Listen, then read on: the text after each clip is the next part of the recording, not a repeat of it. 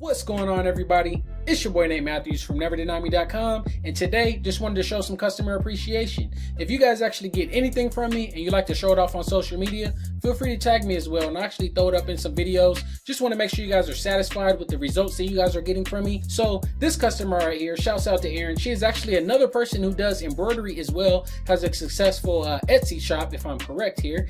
She actually sent me the picture that you see there on the left, and I did my illustrations and I turned it and cartoonified it, as you can see right there on the right side. She then loved that and then sent me her logo, and as you can see on the right side as well, I went ahead and digitized that, and then she stitched it onto a mask herself, and she sublimated the image onto a mask herself as well. And who knows, she might have even made the mask. So again, shouts out to Erin. If you guys have any work that you guys would like to send me, maybe I'll throw it on the next video, feel free to send it over to me.